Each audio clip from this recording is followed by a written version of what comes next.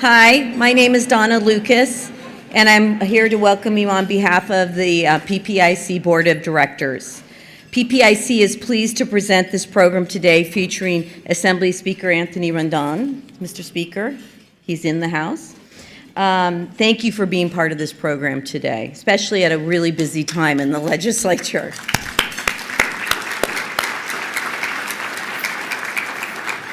This event is part of PPIC's 2019 Speaker Series on California's Future. We'd like to thank the sponsors of the series for their underwriting support. These organizations are listed on the screens and on the back of your program. Let's take a minute to thank them. This series is also funded by the PPIC Donor Circle and the PPIC Corporate Circle, groups of individuals and organizations that provide generous support to PPIC. Please consider joining us as a sponsor or a donor so that we can continue to make programs like today's possible and ensure that they are free and open to all the public, in person, and by the way, we're also online. More information is available at your table. So please think about doing that and thank our sponsors once again. Before we begin, a few housekeeping items. PPIC is always trying to improve our events. Later today, you'll receive an email with a short survey, and we would just love for you to fill that out and give us some insight on what you thought about today's program. Please also silence your phone. You don't want it going off in the middle of this exciting program. And now on to the program. I'm pleased to introduce PPIC's President and CEO, Mark Baldassare, who will moderate the conversation. Mark, over to you.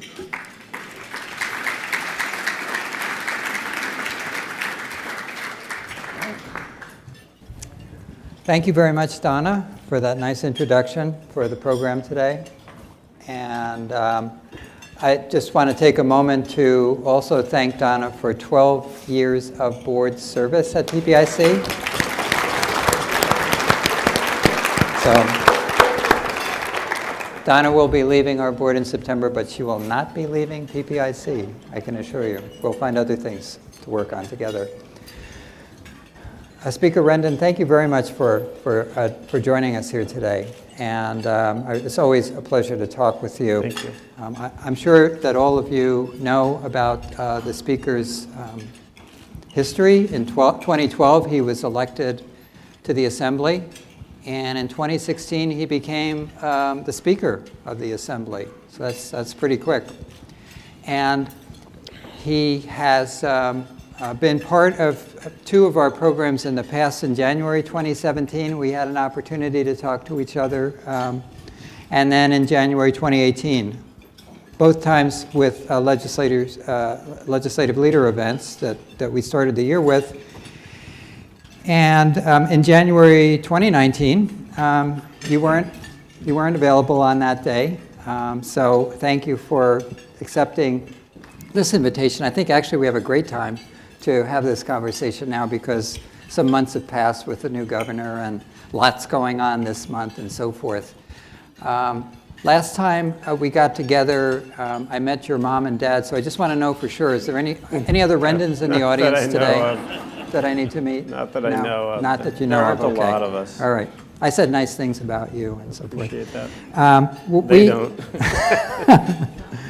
They're very proud of you. We agreed to start with a question, and then we'll go from there, about what do you think are the one or two biggest issues that the governor and legislature need to take action on this year? Well, down to 4 weeks now. We have 4 weeks before we recess for the end of the year. Obviously, everywhere you go throughout the state, everybody's talking about housing and the housing crisis, and that means a lot. It means a lot to a lot of different people. It's everything from housing affordability to housing stock. I think homelessness is a big part of that. When you think about those who are housed and those who are homeless, there's also a huge chunk of people who are with a slight decrease in their income on any given month could end up homeless. So it's kind of I think it's a large issue, and there's sort of a continuum. And we're kicking around some proposals this year to do something about that. So it's certainly an issue that's important to us and the Senate and the governor. And then we've had a lot of conversations about the future of work. There was a California Supreme Court decision that I thought was favorable to workers recently, and the extent to which we're going to, take that decision and do something with it or not do something with it, I think is something that we have to wrestle with. That being said, I think what we do, and I think I've learned this in my time here. I came to Sacramento after working in early childhood education for 20 years, and I probably thought that I came here to do early childhood education, and you come here and you realize the extent to which all these issues impact one another. So I think sometimes I think it's dangerous to kind of isolate individual issues. We have larger thematic issues that we need to deal with, and these are just pieces of larger issues. I remember I was in my district office the first week back during break and had a meeting on veterans issues, followed by a meeting on homelessness issues, followed by a meeting on mental health issues. And the conversations were really the same. And you realize the extent, like within that example, you realize the extent to which all of those things are related to one another. So I can see how the issues are related to each other. And I wonder, and we have, by the way, a tremendous turnout today. Yeah, we all came to see you, Mark. We filled every seat, and there were people on the waiting list, and there were people watching. So I'm asking this, I'm channeling the people in the audience with this question.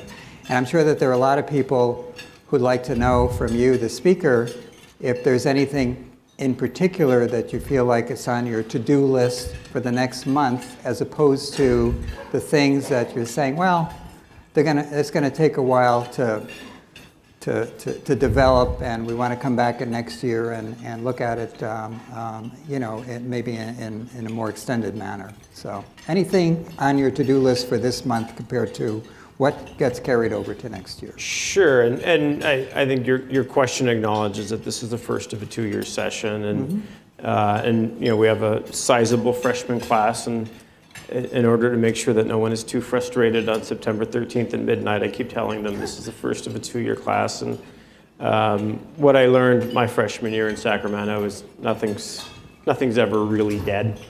But I think things like, I've been very involved in a bill that Monique Limon is carrying on predatory lending. That's a very specific, she's seeking to accomplish a very specific goal with that bill. So I think those are the types of things that are kind of isolated. They're part of a larger issue, right? Issues of poverty and issues of debt and those types of things. But that's something that's over on the Senate side that I would love to see us get done. And and again, I think that's it's part of a larger issue, but it is a specific issue, a specific bill anyway. Mm-hmm.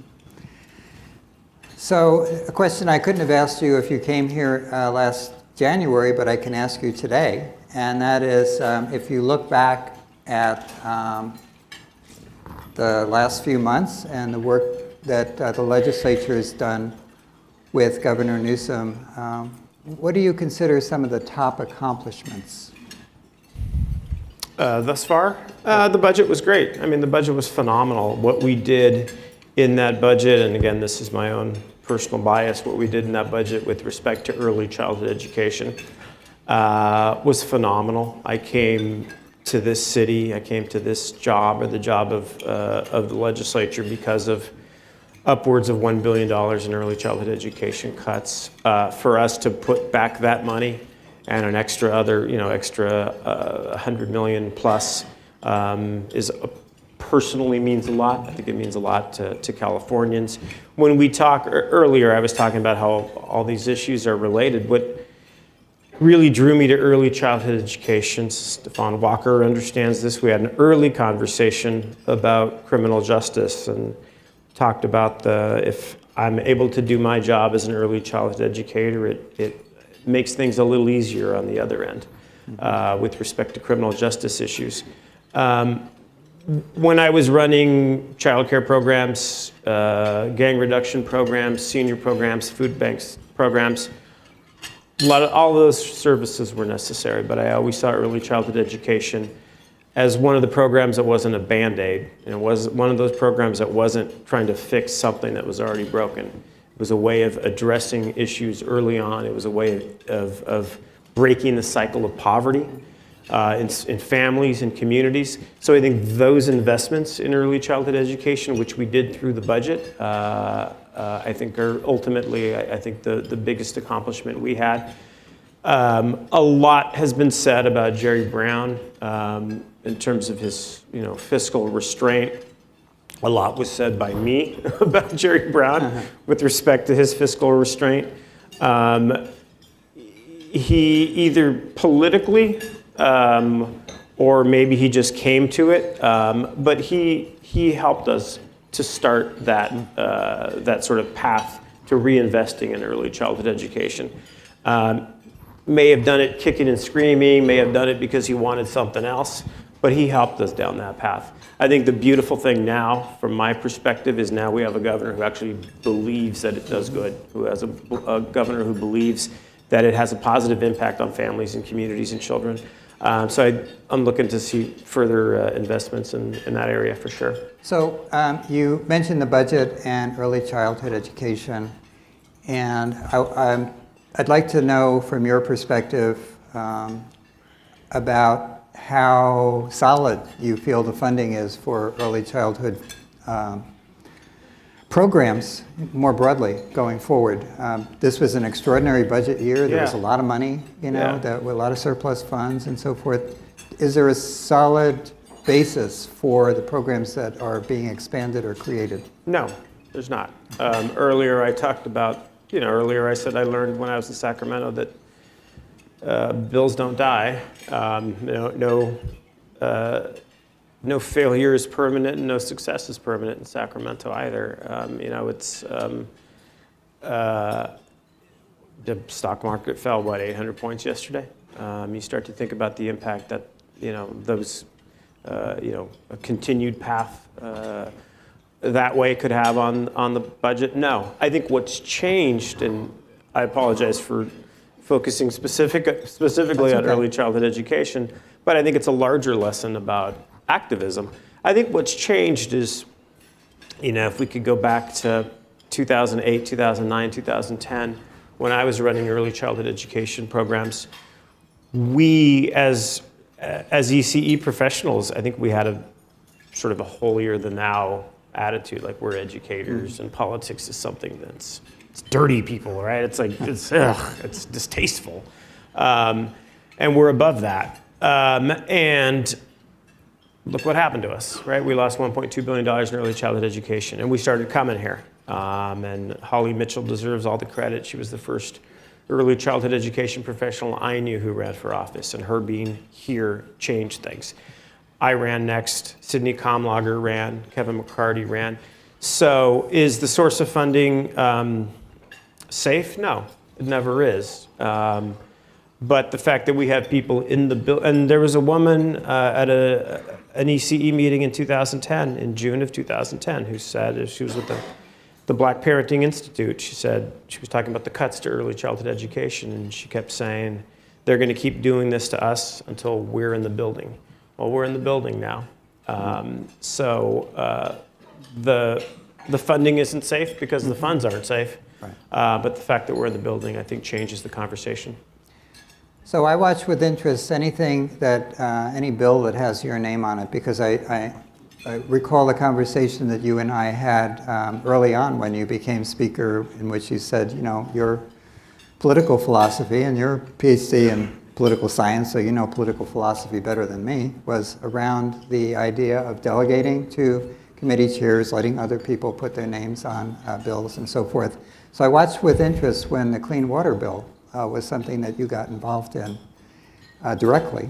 And I wanted to, I want for you to share with all of us, why is that issue particularly important to you?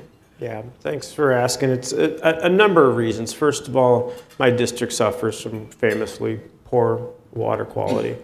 City of Maywood, City of Bell, City of Cudahy. In a lot of instances, the water comes out of the tap a brown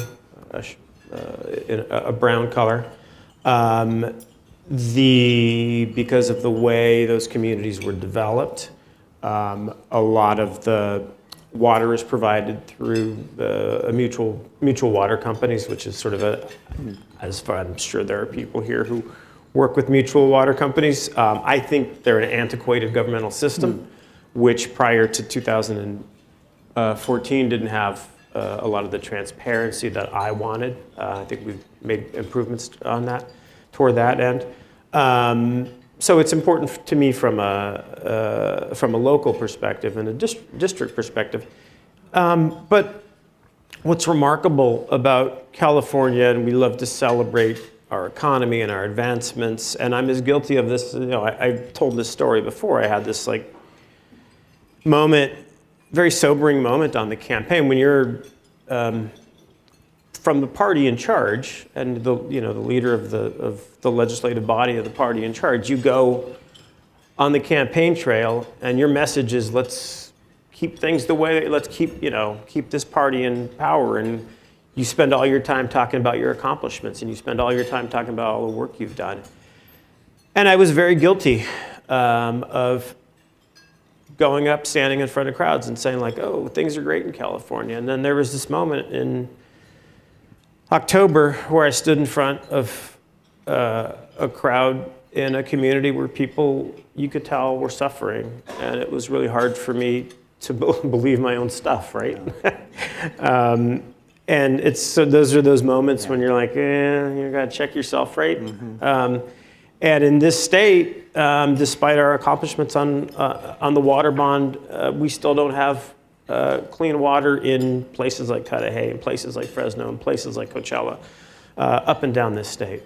So it's a problem that's been a persistent problem that we need to keep focused on.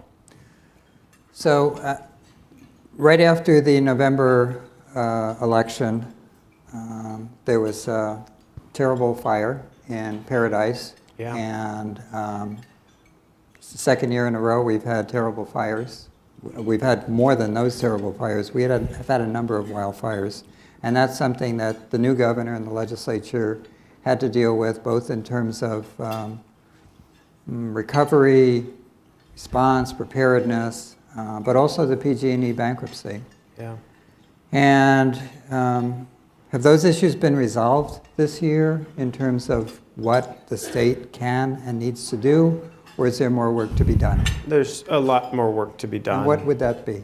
But there's a lot more work to be done with respect to fire prevention and what we can do to make sure that the fires that do happen don't have the impact that the previous ones have had. We're not going to stop fires, and they, given climate change, I think will happen with more frequency. But there's things we can do to decrease the fuel in the ground, and even with respect to kind of the path that they take. You talked about the fire last November, right after the election. What was amazing, we got up in a helicopter, as myself and Freddie Rodriguez and Adam Gray, I think Jim Wood, and sort of flew over some of the fire-affected areas. And what's amazing is the total devastation alongside neighborhoods that were totally unscathed. And the way that the fire just sort of leaps over communities, and the sort of random nature of it. We need to get a better handle on that. I think some of the utilities have done a better job than others at using new technologies. We had a meeting with some emergency officials, and they talked about things like cameras and turning off the power and those types of things. And I think we can go a long way towards making sure that we don't have fires that are as bad as they've been. And we need to keep moving in that direction. And what about the utilities? That's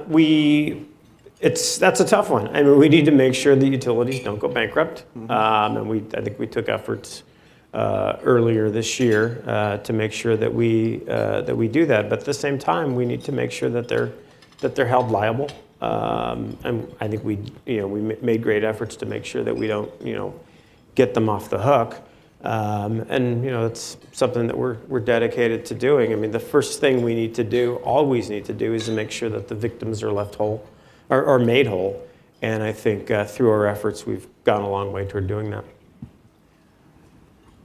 So again, trying to channel the audience here today, what's it like working with Governor Newsom in style and substance? And how's it different from working with Governor Brown? In terms of style and substance, he's, it was a little frustrating at first working with Jerry Brown. I didn't quite get him. And then one day, you mentioned my dad. I was hanging out with my dad, and I realized he's like 77. Jerry Brown's like 80, and I'm like, oh, they're the same guy. So, you kind of learn to navigate things in any way that you can. Yeah. And, eventually, I think we did a lot together, whether it was, $15 minimum wage or our climate change efforts, et cetera, farm worker overtime. But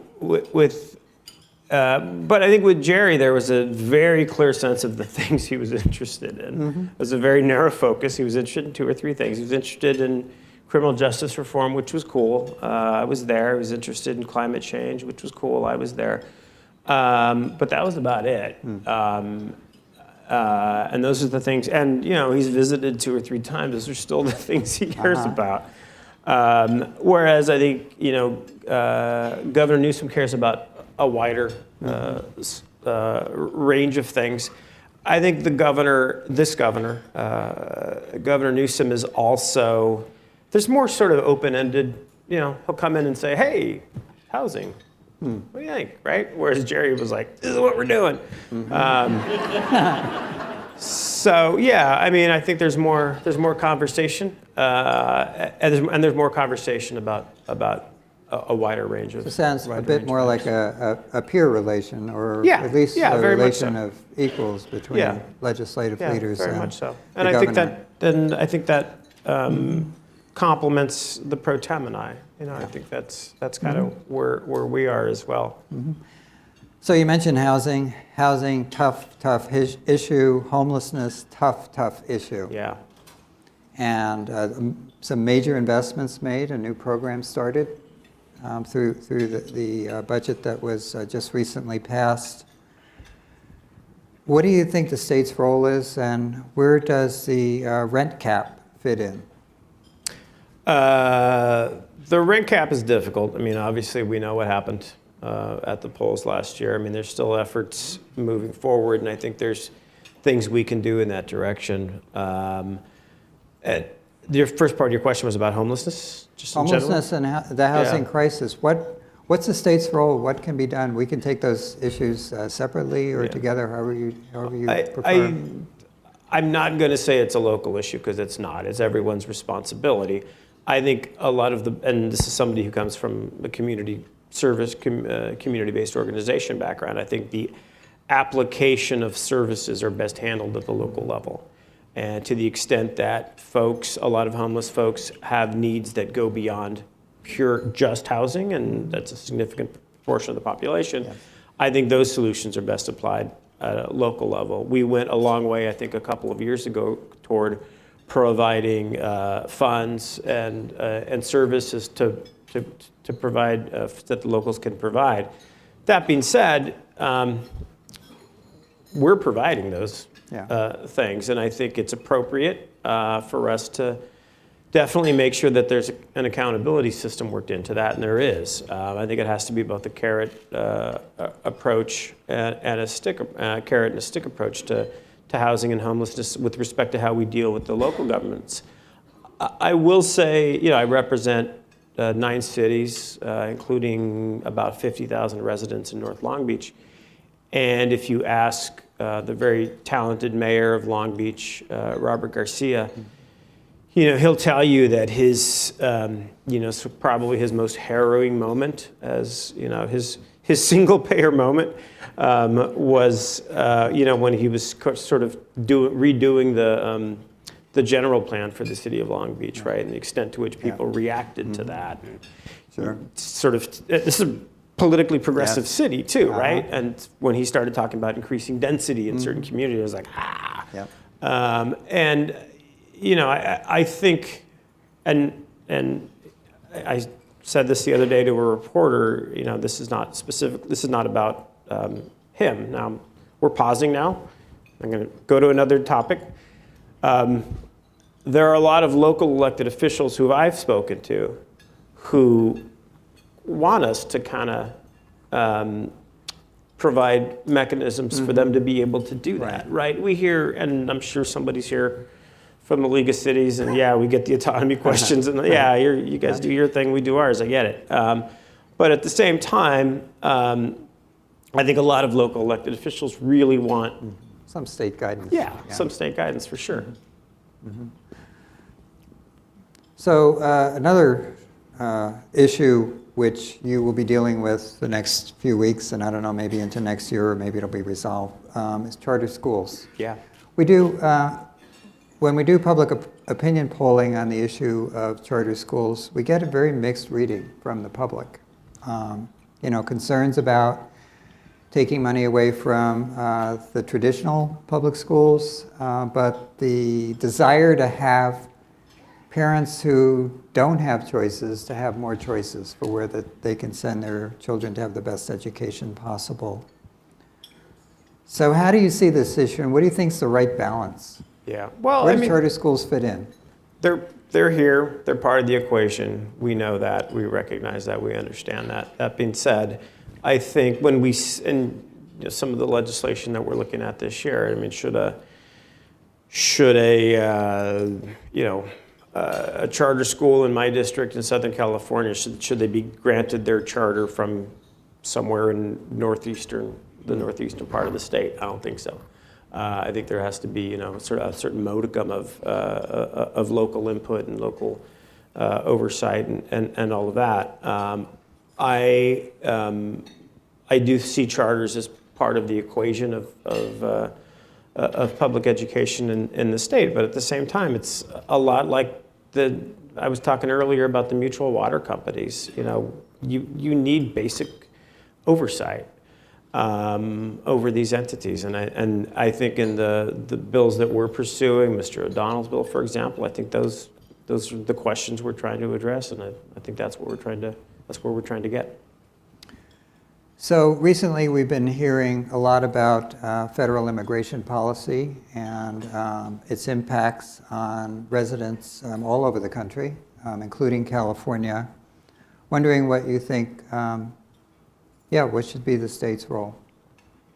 I think the role of the state should be to make sure that we provide the services that those folks need here while they're here. The tension between the federal government and the state, I think, has gotten more and more profound, greater and greater as the Trump administration has kind of gone along. That being said, I've always recognized, and I think a lot of our members have always recognized, the fact that those folks don't have the services that they need once they get here. This is something that since 2012 we've been dealing with, whether it was a driver's license or any of the other, some of the funding issues that we've been dealing with. So, I mean, I think we recognize that immigration in terms of, naturalization and those types of things are federal issues. But once folks are here, it's incumbent upon us to make sure that they have what they need in order to be successful. I wanted to ask you about the mass shooting in Gilroy, Yeah. and followed by last year there was a mass shooting in Poway, and there just seems to be no end to gun violence in California and elsewhere. And I'm sure that a lot of people want to know what the state can do to increase public safety. Right. Well, we've done a lot. Have we done enough? I think we need to do more. I had a meeting with the governor and the pro tem on Monday to talk about what more we can do. In addition to what you talked about, there was the shooting of the CHP officer in Riverside the other night. It's amazing. My wife was texting me the other day. She was at the LA County Museum of Art with our nieces and nephews, and she said she was looking for exits. She's looking around the gallery to see where the exits are. The extent to which we are allowing people to live in this environment and for children to grow up thinking that this is somewhat normal is repulsive. We have the ability to have an impact on it. The angriest I think I ever got at our caucus was a couple of years ago, right before we passed a gun control package. And a lot of our members were kind of a little bit strident about like all the stuff we're gonna do. And I was like, hey guys, a bunch of kids were gunned down in their own classrooms in Connecticut, 2 years before that, right? And nothing happened. So we need to do something, and we need to do something now, and we did. That being said, there's several proposals. I think you should look for perhaps a package of bills moving forward, and efforts between the governor, the pro tem, and I to kind of to do a little bit more. The gun in the next month. Yes, yeah. I think there's definitely the appetite to do that, and certainly the need. The gun that was used in the Gilroy shooting was brought from Nevada. So I think having conversations with our if the federal government doesn't want to do anything, and let's face it, they don't. They have no interest in doing anything at all, and I have no confidence that the federal government will do anything. If they don't have any interest in doing anything, that we need to make sure that states around us do. So we'll look for a package of bills. Again, with my interest in following whatever it is that you want to put your name on, and knowing that there's not many things, there is a bill on the use of deadly force. Yeah. Do you want to talk about that and what's brought you? Yeah, I mean, Shirley Weber did an incredible effort of getting all the interested parties eventually to kind of come together and get to an agreement. I hope I'm correct in saying that everybody signed off on, right? I mean, I think 95% did, I don't know. Most parties seem to sign off on the deal. There was another companion bill, sort of, on the Senate side from Ms. Caballero that provides funding for training, and that's certainly an important part of the equation as well. But yeah, I mean, Ms. Weber had gone through great efforts. The last time that there was sort of a tweak to our use of force criteria was in, I believe, the 1870s. So it definitely seemed like something that needed to be updated. But all credit to her. But also to law enforcement folks for coming to the table too, and realizing that this was something that we needed to address. What are some of the elements of it that we should be particularly, looking for? I think there's two components. There's there's the criteria for what is lethal force, deadly force, and then there's the other component, which is the Caballero piece, which is about training, and we've seen in other countries, other states, other entities, we've seen what we think are more effective techniques for calming people down or disarming people. And we want to make sure that we provide training to offer those. I wanted to turn to national politics for a moment, if I could. You have endorsed Senator Harris for president. That's not true. No? I'm just kidding. Oh, okay. It's like... You look really scared. Fake news? No, not fake news. Good. So, and several of your colleagues, you weren't alone in doing this from the Assembly a while ago. Whew. Okay. Calm down, you got some water. Yeah. I won't do that again, I promise. No, you can do it. I deserve it. I deserve it. So, tell me, as a political scientist, how do you see the race for president going so far? It's a mess. It's a remarkable. In some ways, I don't. I think there's a tremendous amount of dissatisfaction, at least in California, with the current occupant of the White House. At the same time, I think it's important to talk about things like we've talked about today, to talk about issues like guns, to talk about issues like poverty, to talk about issues like housing. I hope that the discussion continues to be focused on those issues rather than on one another or personality quirks of one another. Don't have any insight. I think the Do you have any advice for your candidate in this race? Or? I think it tends to be always tends to be about the economy. It always tends to be about real problems that people are dealing with on a real. Nobody ever comes into my office and talks about quote unquote leadership.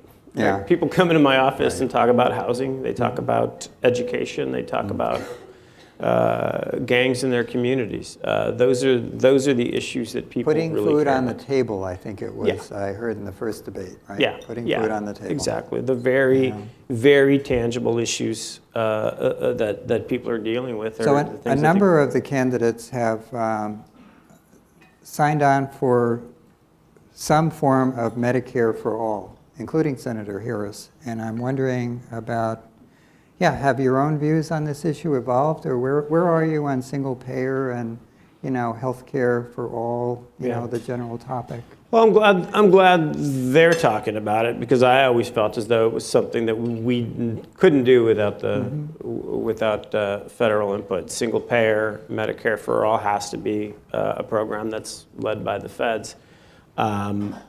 Even if we had opened up a secret vault under the Capitol and found $400 billion, it doesn't exist, I promise you. If we had found $400 billion to fund a single payer program, we still couldn't have done it without the feds. So I'm glad that the discussion is happening at that level, for sure. And in the meantime, we had some incremental increase in coverage through the last budget. Are there plans to build on that incremental? There always are. Yeah. There were calls to do more last year, and I think as we get closer to the budget, we'll certainly hear those calls again.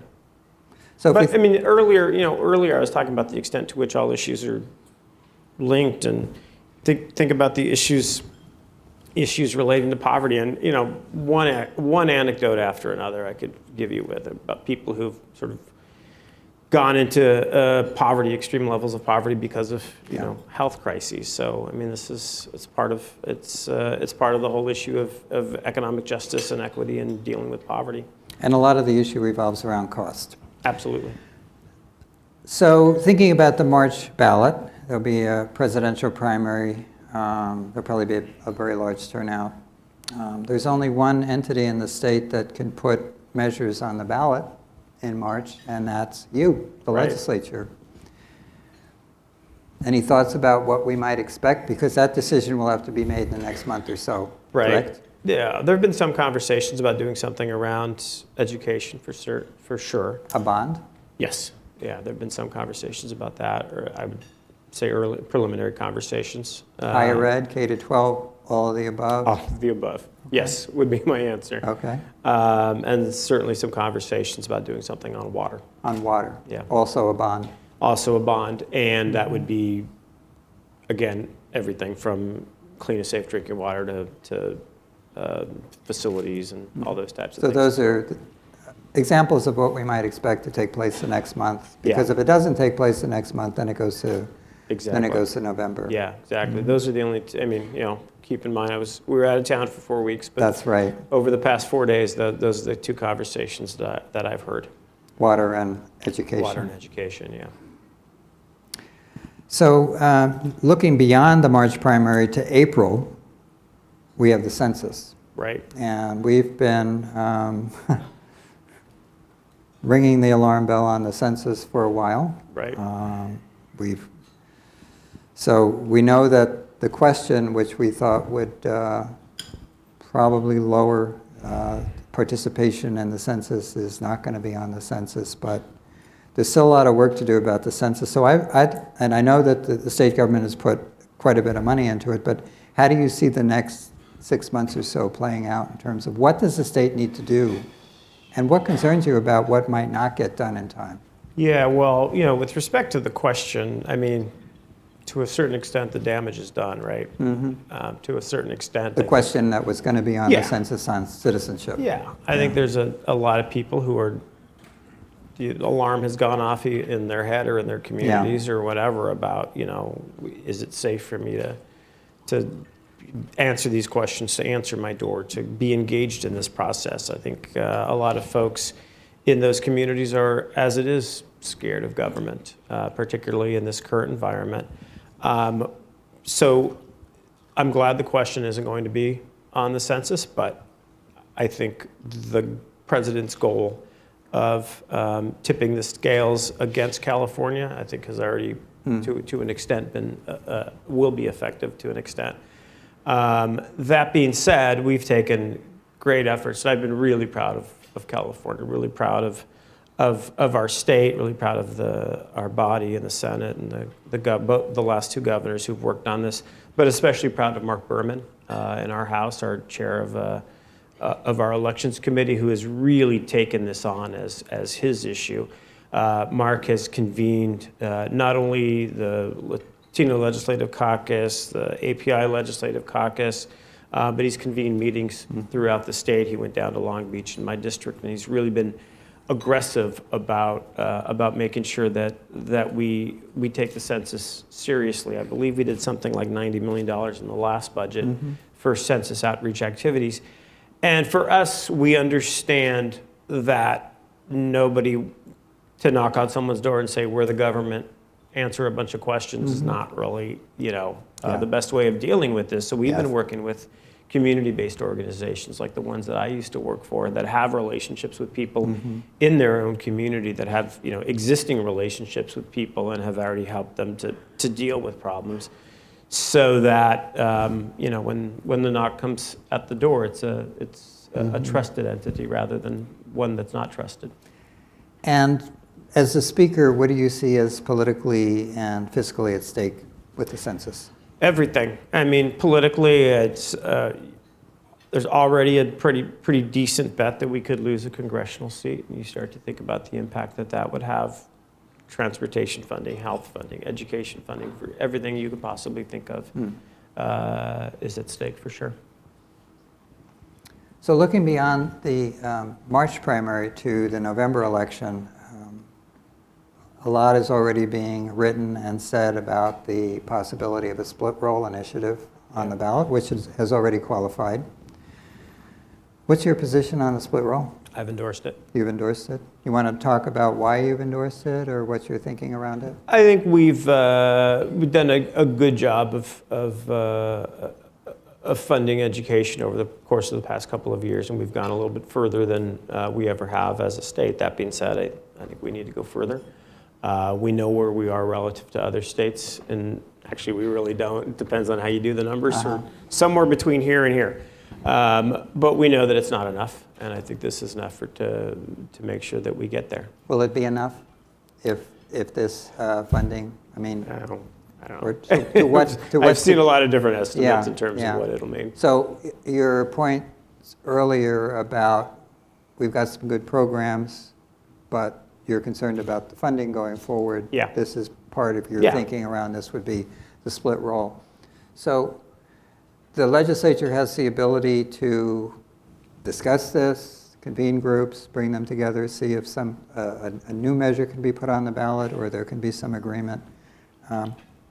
From your perspective, does the political will exist today for there to be an agreement around split roll, or will what we see be what goes to the ballot? I don't know. I know that even over the course of the last couple of days, there have been other conversations, lots of different conversations by lots of different entities, and in our own house. I mean, I've endorsed it. I don't know where my colleagues are. Right? It's a very contentious issue, and to an extent, is a third rail in California politics. So I mean, I think there are a lot of conversations being had out there, and it's hard to tell which one will end up on the ballot. One last question I wanted to ask you, then we'll turn it over to the audience, unless you have a question for me you'd like to ask me. I think I'm good. And that is from your seat as the Speaker of the Assembly, where do you find it most possible to find common ground with your colleagues who are Republicans? On what topics? A lot of areas. I mean, whether on climate change and cap and trade, we went a long way toward, with the Republicans. I think on issues of education, there's a lot of common ground. In the same way, I think because we're the party in power, there's a lot of emphasis on quote unquote mods versus progressives, and yeah, those distinctions are real. I think they're oversimplified the way we look at them, but I think they're very real. The Republican Party is that way too. Mm-hmm. And in our House, you see that. You see Republicans, Jordan, Chad, our folks, Heath, are folks that I spend a lot of time with. Brian Dolly, when he was on, before he went over to the evil Senate side. Those are folks who I spend a lot of time with and talk about. I mean, Chad and I could talk on. We did this during summer, during break. Spent a couple hours just talking about, again, the real issues that really impact Californians, mm-hmm. which, are about ideas, and ideas inform parties and a party affiliation, but sort of outside of that, clothing. So, I mean, I think those are the issues that we talk to them about and or have some success in dealing with them on. But, again, I do think that there is this distinction in the Republican Party between those who are, to an extent, moderate and very concerned, very interested in being honestly relevant in this town, and those for whom this is Andy Warhol used the phrase self-conscious performance of the self, right? I mean, I think there are some Republicans who want to engage in self-conscious performances of conservatism, and it's great if you want to get a talk show someday, but if you want to do this job, then maybe not so much. And with the 3/4 majority,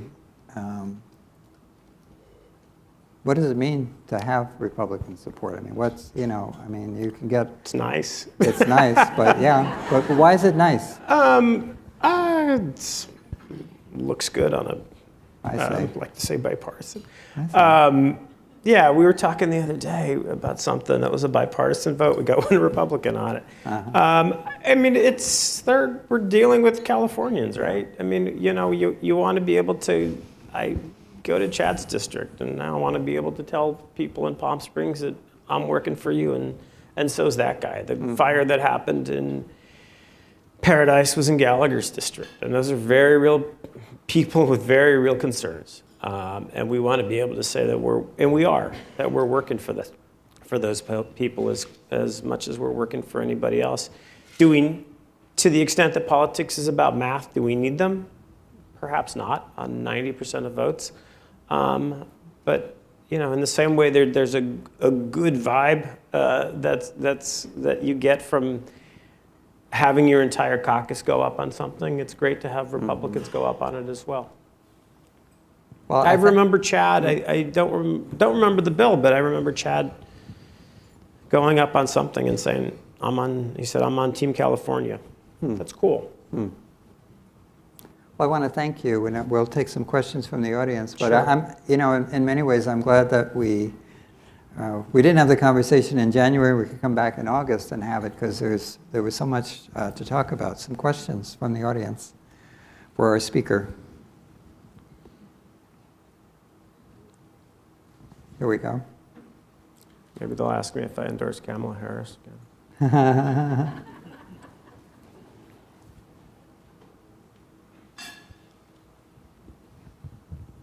Hi. My question is, you've talked a bit about some of the issues that goes to all Californians on the inequalities, and really talking about wealth inequalities in Californians. Most can't really live, beyond the daily or weekly paycheck, and it seems like if it's not health care, it's housing Yeah. or pay inequality. At what point can we see how the legislature can kind of get a grips for all Californians in which we can see a pathway to some kind of wealth? Yeah, it's a good question. I think I know I have a friend of mine in Los Angeles who we talk fairly often, and remember him telling me for a long time, he said, I'm going to ask for a raise, I'm going to ask for a raise. And he finally asked for a raise. He got like a 5% or whatever, and then like the next week he got a 10% increase in his rent, right? And it's those types of things where you feel like you just can't get ahead. I think our efforts toward making sure that people have opportunities for home ownership, I think, helped, home ownership helped to help with that respect. I think our efforts around the $15 minimum wage help with that respect. I think our efforts around predatory lending and capping loans, certain types of loans around 36% help with that respect. Income inequality is, like a lot of the things I've talked about, is a huge thematic issue that you're not going to accomplish with sort of one fell swoop or with one piece of legislation, and you have to sort of address it piecemeal. I also think, and this goes back to I'm going to do another commercial for early childhood education, but I think, what year is this? 2019. So Head Start has been around for 56 years, and the data is very clear. We know that an investment in a child today will have a benefit not only in terms of education, but also in terms of the where they're going to be in life in the future. So I think it's those types of investments mixed with making sure that we're not allowing people to charge 300%, 200% interest rates and the like, that are ultimately going to have an impact for Californians. Another question from this side. Very good.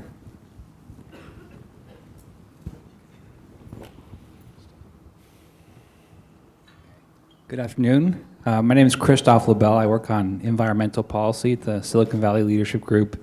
And so in that realm, I just wanted to thank you on behalf of our over 340 member companies for the latest work you've done on safe, clean drinking water. And going forward, I wanted to know what you think civic and business leaders like those part of our organization, other trade associations could do to help advance environmental justice, whether through the legislative process or some other realm. Yeah, thanks. I mean, keep talking about it. It's a good, earlier I was talking about Jerry Brown on early childhood education. And I thought what was really cool and kind of what you expect people like me to talk about early childhood education. You expect early childhood education activists to talk about early childhood education. I remember a group from the LA Chamber of Commerce coming to talk to Jerry Brown about early childhood education. You're like, whoa, this is a different message, right? A different messenger. I think to have different messengers, to have folks from business groups talk about the impact, to talk about the environment and what can and what should be done for the environment is essential. It's a very different voice than the Sierra Club, who I love, but it's a very different voice. So keep having those conversations. I think that's important. And I think the other thing that's very important, as someone who comes from Los Angeles County, what's remarkable about LA County is the extent to which it's an entirely blue county, very good environmental ethos among elected officials. If you look at the air board that has authority over a lot of what happens at the local level, it's a whole bunch of people who don't have that same ethos. And I think to a large extent, this is, I used to teach political science. You used to always tell people we spend a lot of time talking about federal government. We spend a lot of time talking about state politics. And I think to an extent, we sometimes ignore local government and the impact that local government has. And it has a tremendous impact on people's lives.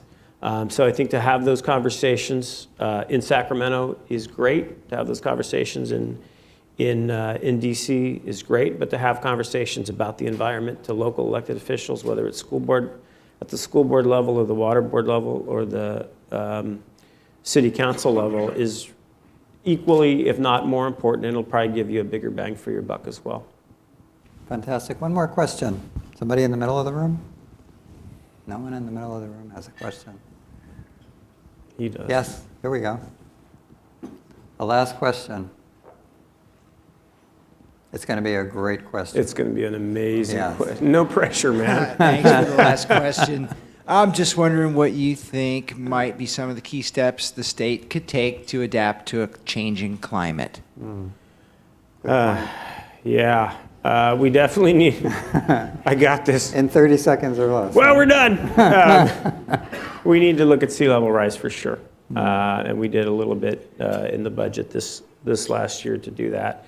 We need to look at the way we're actually building our cities and the built environment itself, I think, is not conducive.